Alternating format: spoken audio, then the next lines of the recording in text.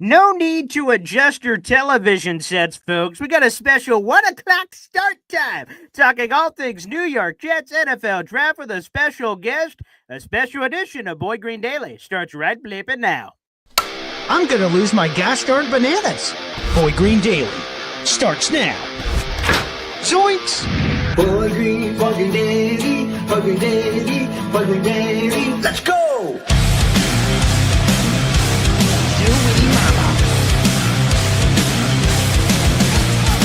Put your seatbelts on. Get ready for the ride. We're the freaking New York Jets, so we're built for this shit.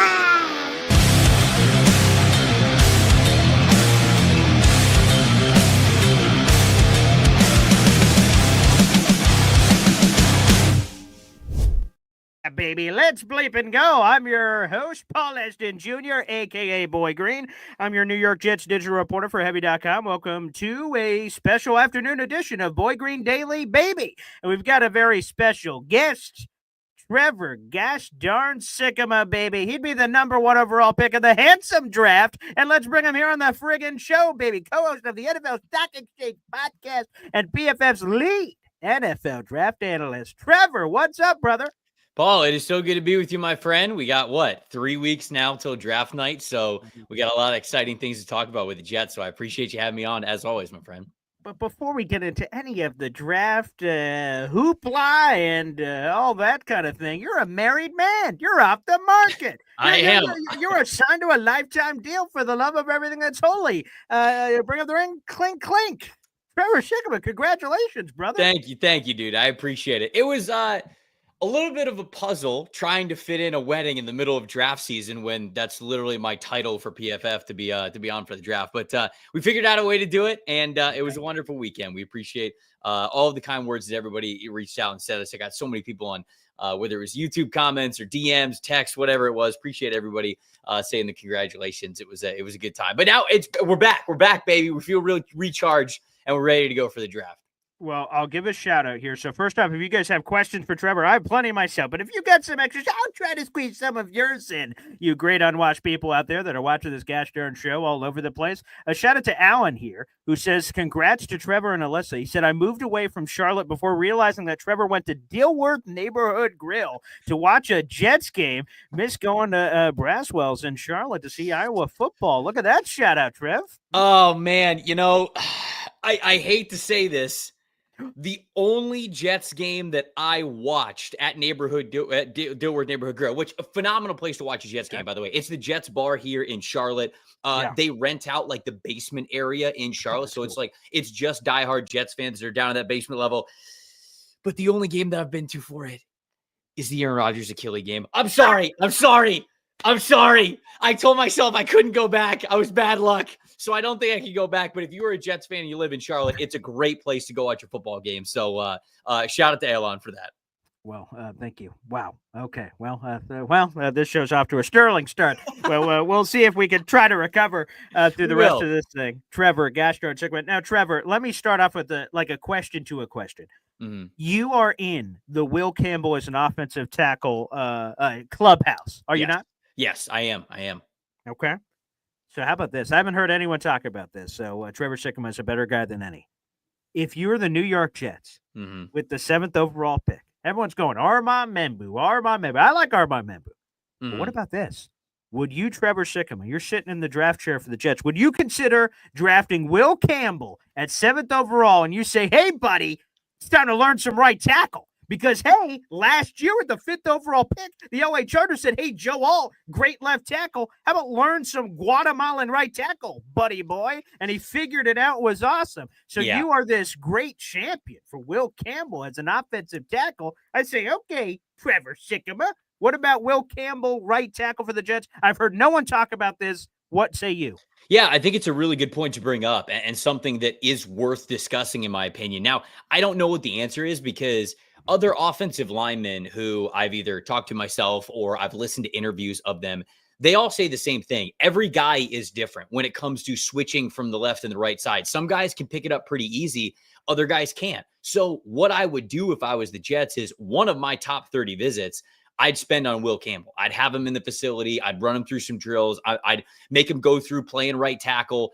and I'd see just how natural he was, and I'd ask him all about it and sort of what he would think if they were playing right tackle. And so I would go through those motions to see if that was the case, because I think Will Campbell's, he is my top offensive tackle in this class. And so to stay true to my big board, yeah, I would figure out how comfortable he would be going to the right side. So you're right. It's not something that I hear a lot of people talk about. When we talk about the Jets, it's often, yeah, Armand Membu, and you don't really think about anything else because it's that smooth transition with him just plugging in right at that right tackle spot that they have open. But again, I think Will Campbell is the top offensive tackle in this class. So I would certainly do my due diligence to see how easy of a transition it would be from him to go to the left and the right side. So I would do that. Yeah.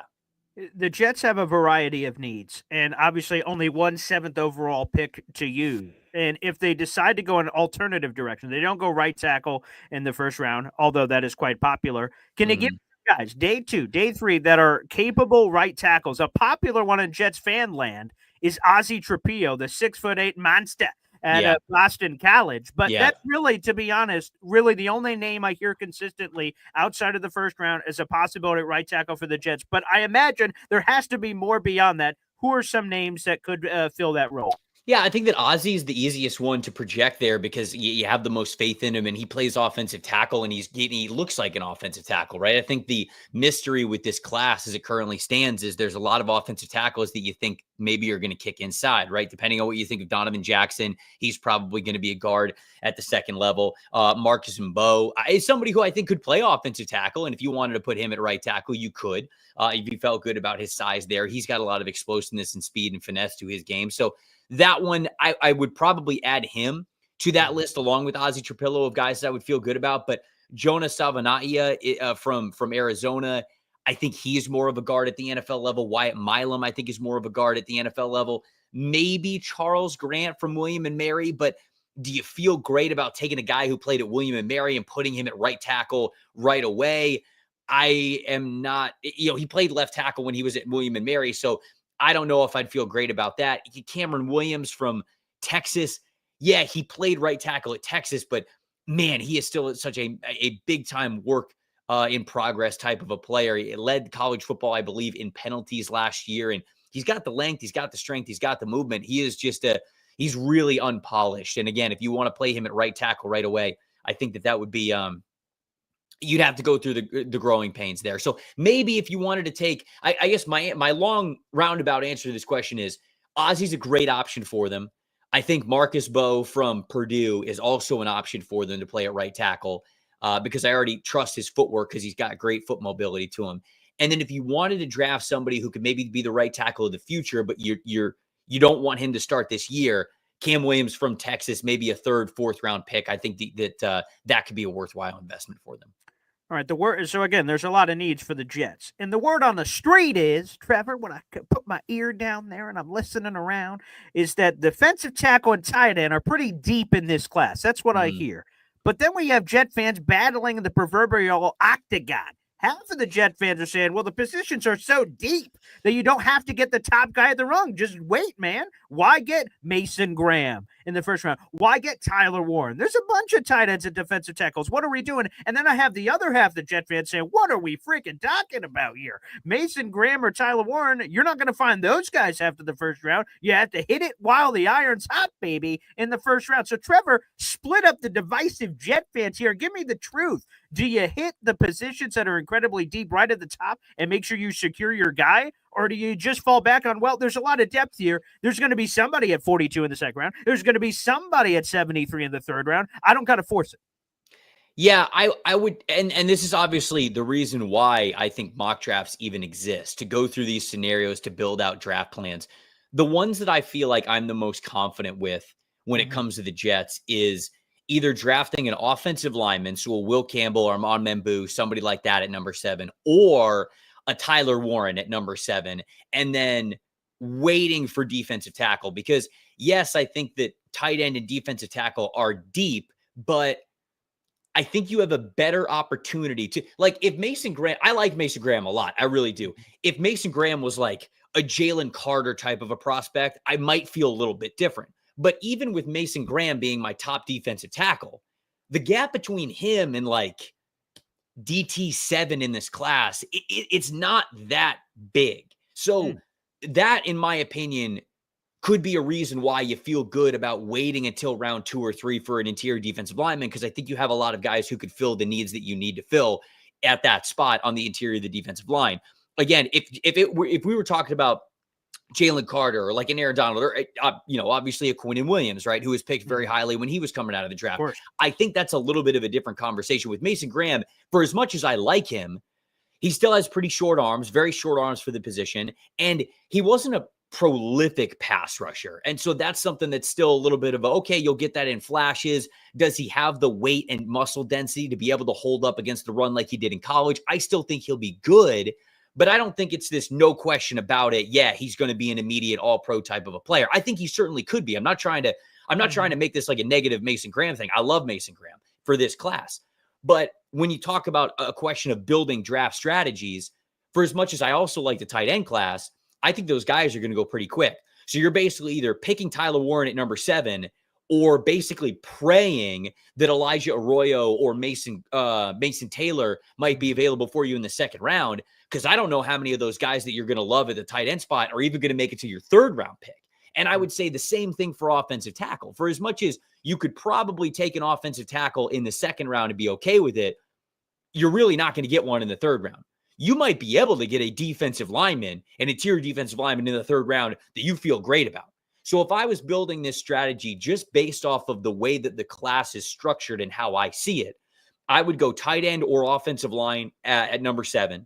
I would go with whichever one of those two positions I didn't hit in the second round.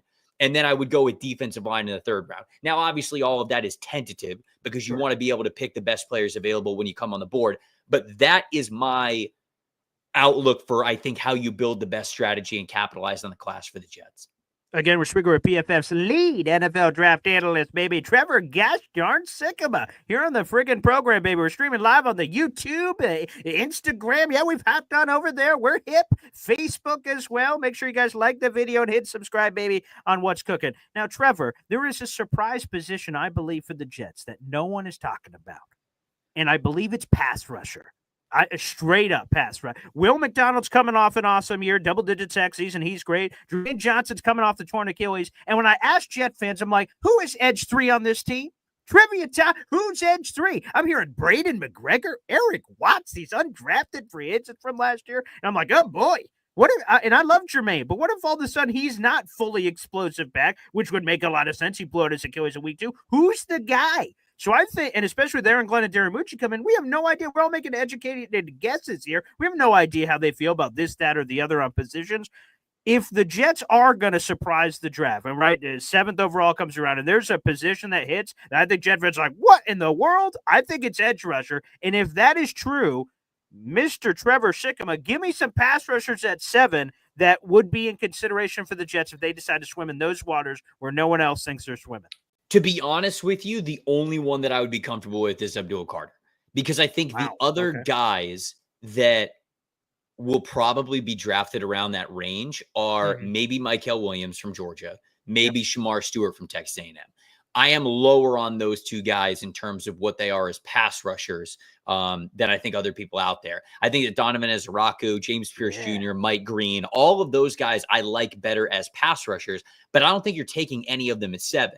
Donovan Ezeraku is the one that I feel pretty good about because he's got a pretty high floor. I love the player, but you're probably trading down from 7 if he's your top target, if you really want an edge rusher. Mike Green, I just don't know where he's going to get drafted with the off-the-field stuff. He's a first-round player when it comes to his on-field stuff, but I just don't know what the league thinks of him. And then James Pierce Jr., a little bit of the same thing. I think going into this year, he was a bit of a one-trick pony with his speed.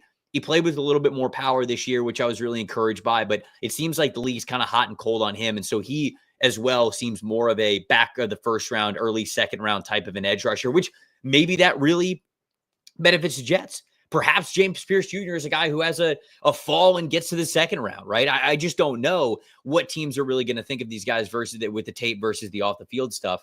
But to me, I think the sweet spot for the Jets, if they want an impact edge rusher, it will be they're picking the second round. 42. Yep. Yeah, I think it will be pick number 42. And that's like a Nick Scorton, a Braden Swinson, somebody like that Or maybe it's one of those guys that I talked about who fall a little bit in a Mike Green or a James Pierce Jr.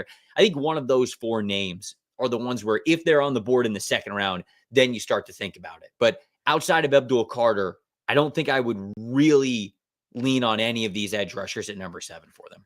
One other name, you might have mentioned it and I might have missed it in all the answers you gave there, but one that is quite polarizing, and I know like Mike Mayock, for instance, loves this guy, Jalen Walker, because I've heard him at off-ball linebacker, I've heard him at edge, and I've heard people make all kinds of crazy-ass comps for this guy.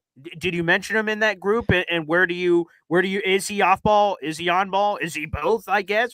How do you view him? Yeah, I am somebody who I wouldn't be taking Jalen Walker in the top 10. Now, I can understand why you want to. I think just overall, he's a really good football player. I love his background as well. Grew up and his dad was a defensive coordinator, grew up around the game, very smart when you sit and listen to him answer questions about kind of like how he plays the game and which positions he plays best and all that kinds of stuff. And, at the combine, he talked about, well, I don't really just want to be an edge rusher. I don't really just want to be an off-ball linebacker. I want to be a chess piece. And you like that answer, obviously, I think. And again, I think he has the high football IQ to be able to do it. But I get a little bit hesitant with him because his best tape, no question about it, is off the edge. What he is a pass rusher. He's not built like a pass rusher. Like if you want to put him on the edge full time, he's basically like below 20th and 10th percentile in height, weight, length when it comes to being a full-time edge rusher at the NFL position. He also doesn't really win with pass rush moves. Right now, he wins with a lot of speed to power, wins with a great bull rush, great leg drive, and just being kind of relentless as he is pushing the pocket towards the quarterback.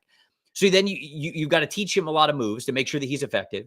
And then when you get those moves, you're dealing from a little bit of a deficit, given how he is built, because he's not physically gifted for the edge rusher position. And then when you talk about off-ball linebacker stuff, I like his explosiveness, love his tackling strength, love his ability to get to the sideline and have that run and chase kind of thing. But his instincts and coverage were really spotty to me. And he was really late to feel guys coming into his zone and to drop exactly where he needed to. And all of that can get better. I'm not saying that it can't, but it just leaves me to where he is right now as a football player. I think a lot of the people, Mike Mayock included, that are really high on him are simply betting on the fact that he is a high IQ football player. And they're saying, okay, what we watched at Georgia is not the finished product. And that very well might be the case.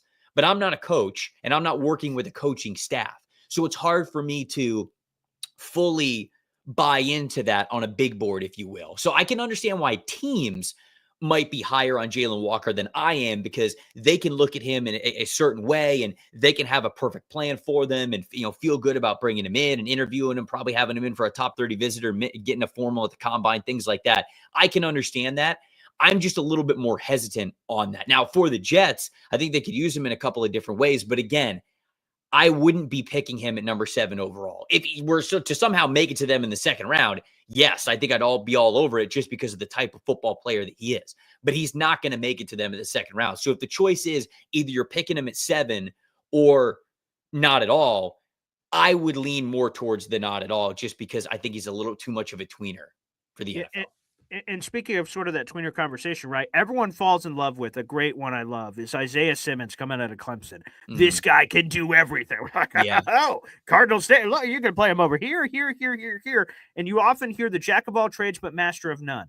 And that sometimes people could get so infatuated with doing a million things that you don't do one thing, and then you're sort of bouncing around the league like Isaiah Simmons is. And I don't mean to categorize anyone that could do multiple things in that category, but that's sort of the narrative that I hear sometimes when we're talking about these guys that could do multiple things. What is that line of coming in when you have prospects that are these unicornish in nature, but then we're like, geez, we fast forward 3, 4, 5 years on the draft, like, geez, that didn't work out. Yeah, so we have a phrase that we talk about all the time on the NFL Stock Exchange podcast. There is a fine line between being versatile and being homeless.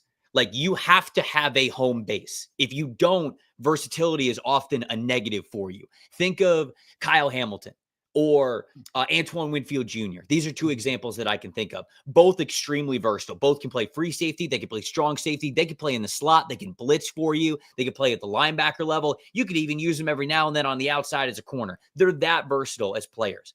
But to start out, they played free safety. That is what they played. That was their home base. And then from there, they were able to showcase their versatility as they got older, as they got more experienced in the NFL, and they were able to showcase a lot of that versatility. I get worried when you don't have a home base. That was the thing with Isaiah Simmons is, yeah, Clemson aligned him in all sorts of different categories, but like, for example, that guy had a ton of snaps at like free safety when he was at Clemson.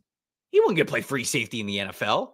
He's just like, he doesn't move like a free safety. He's super athletic, but he doesn't move like that type of player. So you can't sit here and tell me that his home base was free safety. And then you go, okay, well, no. He's more of a linebacker. He's just a faster athletic linebacker. Okay, well, if you play in linebacker, you got to play in the box. You got to be physical. You got to be able to hit every single play. You're making contact every single play. Don't just think of the flashy stuff, right? I think that's where people get carried away when it comes to these versatile prospects. They just think of the flashy. And I understand that scouting, one of the first lessons is, hey, tell me what they can do. We'll understand that. Understand if it translates to the NFL, and then we'll sort of talk about the negatives that they might have. But first of all, tell me what they can do. We get a little carried away with that, and we tell you what these guys can do, but then we're not honest enough with what they can't.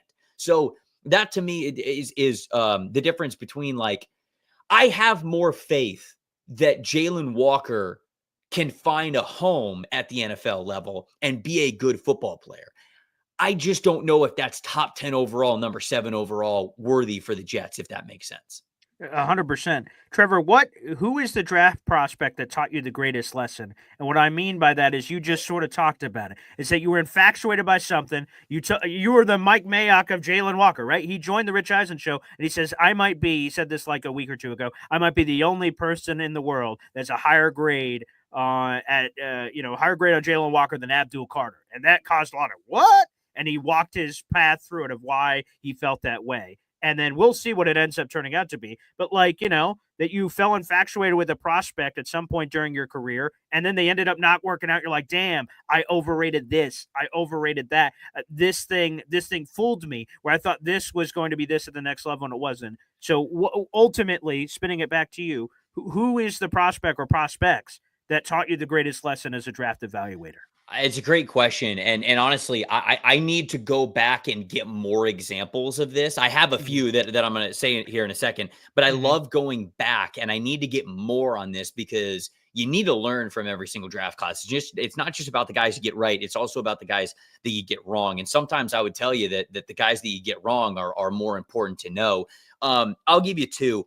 The first one's J.J. Arcega-Whiteside, the wide receiver from Stanford, who I thought was one of the best wide receivers. I think I had him wide receiver 2 behind DK Metcalf in the 2019 NFL draft. And when I watched him, the long arms, the basketball background, how he could box cornerbacks out and just be a contested catch beast, I thought that would play at the NFL level. I was like, this is as easy as a translation as possible. And I have still loved contested catch players since, right? Like I have Tetairoa McMillan as my wide receiver 1 this year. I had Drake London as one of my top wide receivers when he came out, when I don't think that was as popular to have that, at least not towards the very end, when it felt like people were trying to turn it around. I had Drake London wide receiver 1 for almost that entire process. I think I ended up with him as wide receiver 2 or 3, but I still like these kinds of receivers. Oh man, who's another example?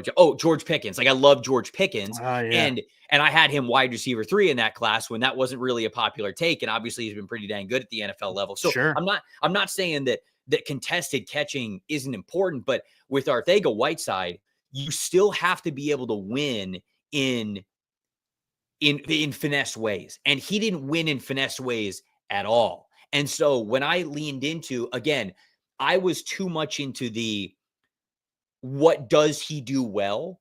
And I did not take into account what he does not do well.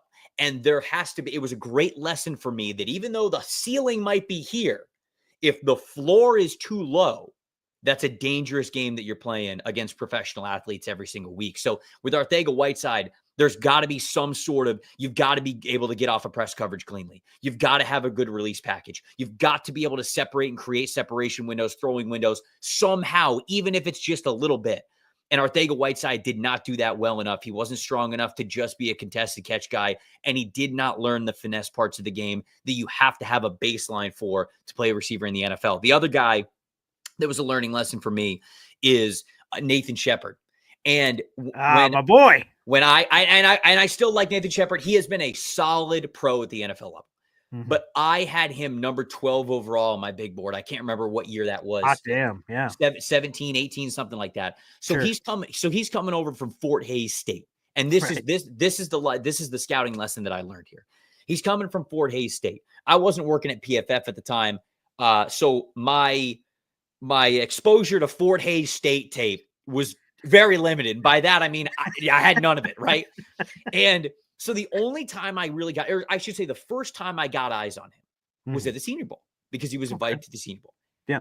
He was unblockable for a day and a half before he ended up hurting his bicep and he couldn't play the second half of that second practice. And then he didn't play in the third practice. Unblockable, Paul. It was an incredible showing for a day and a half.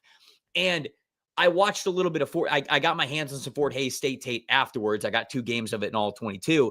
And of course, he's ragdolling his competition at Fort Hays State because he's a future NFL player playing at that competition level. So I watched him absolutely dominate his tape there.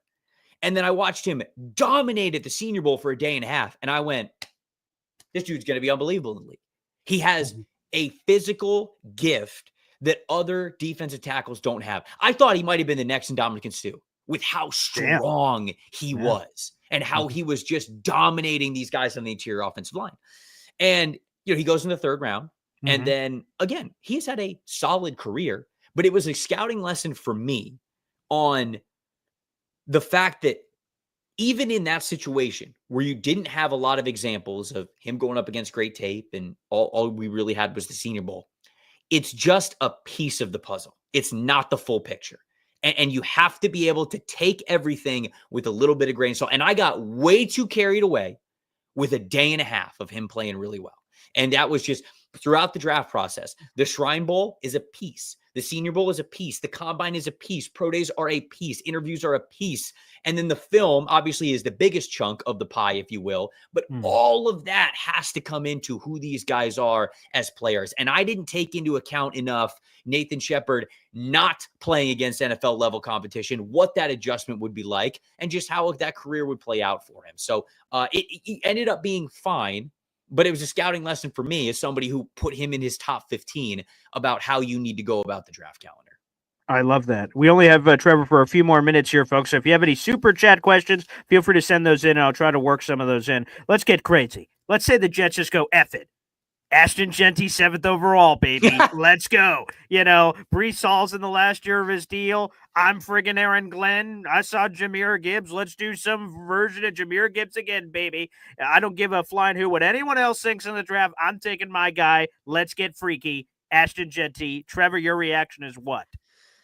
He's a good football player, so you can't get too mad about picking good football players. But there are, in my opinion, too many other premium positions to take that luxury. And I think that really is a luxury there for them. Obviously they're trying to figure out what the long-term answer for them is at the quarterback position. So until you get that, I mean, you feel pretty confident about the offensive line outside of right tackle right now. If you had a backfield of Ashton Jeanty and Breece Hall, you would hopefully, and Justin Fields as well, you would hopefully have a top 5 rushing attack in the NFL. And so anytime that's the case, you feel good about it. But that number 7 overall pick, it's got to be used on a premium position, in my opinion, because when you look at some of the other positions that we have talked about here, offensive tackle, defensive tackle, pass rusher, edge rusher, and then we haven't even talked about necessarily, bringing in another wide receiver, maybe. Right. I saw the chat talking about a safety. Yeah. Those are positions, specifically the first 3, offensive tackle, interior defensive tackle, edge rusher. The good ones don't hit free agency. The good ones don't become available via trade. It almost never happens. And the reason why is because in order to get a great one, you have to draft them. When you have a top 10 overall pick, I so often lean towards you've got to pick one of those 3 positions. Then, of course, you throw quarterback in there as well. I think Tyler Warren could be a little bit of an exception this year, depending on what the board looks like for them. But as much as I love Ashton Jeanty, I'd be picking one of those for them.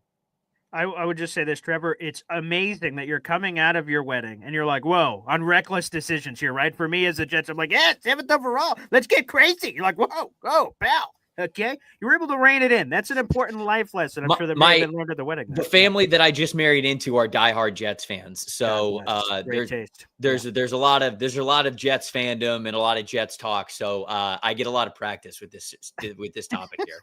All right. Again, only a couple more before we get Trevor out of here. One of my favorite receivers in this draft. You mentioned the chat's mentioning it. Emeka Egbuka. I love Emeka Egbuka. Speaking of, I mean, I've been engaged to my fiance for like the last 7 years, but when Emeka Egbuka has entered the picture here, I've had second thoughts. Should I be giving the ring to somebody else here, for God's sake? Emeka Egbuka, any chance he falls to 42 with the Jets? I've seen a few other Field Yates mock drafts where he's getting close. 35, 38, 39. I'm like, ooh, maybe we could get a little froggy. Maybe we could make a trade. So Emeka Egbuka, your thoughts on him? Any chance he's there at 42? Should be 0%.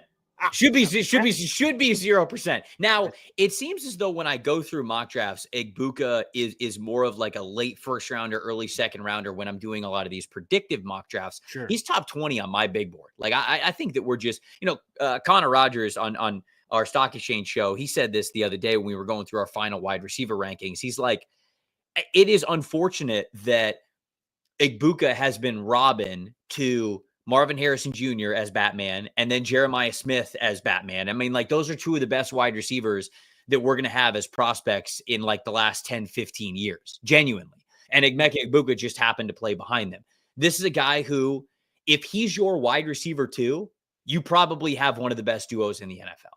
And if he is your wide receiver 1, then I think he is somebody that you could lean on and play at a very high level. I think that I would look at him like, you looked at Chris Olave, like anybody looked at Chris Olave, where I think that he is that caliber of a player, and he has emerged as, when he is healthy, a wide receiver 1 type of a guy that you could build a passing attack around. That's how I feel about Egbuka. They're a little bit different players, but in terms of the overall talent and skill set, so he should not make it to 42. And in fact, if he's even close, like if day 2 of the draft is about to start, if we get through one round and nobody has picked Emeka Egbuka yet, who picks at the top? Cleveland picks at the top of the second round. Yeah. Call him. Be like, what do you want for 33? We'll go up and we'll go get Emeka Egbuka. Because Egbuka and Garrett Wilson, that's a nasty 1-2 duo. Hey, if Emeka Egbuka has been being Robin all his life, hey, be Robin to Garrett Wilson's Batman. He loves to do that for other Ohio State receivers. Why freaking not, baby? Appreciate it. Let's end here, Trevor Sikkema. The PFF draft guide is out, baby. And it is beautiful. It's magnificent. It's gargantuan, quite frankly. But I want you to dig deep here, because you mentioned it earlier on one of the prospects for the great story. This is where I want to end. Which prospect deep in the guide, not one of these, all these prospects we talk about all the time, who you're rooting for because of their story?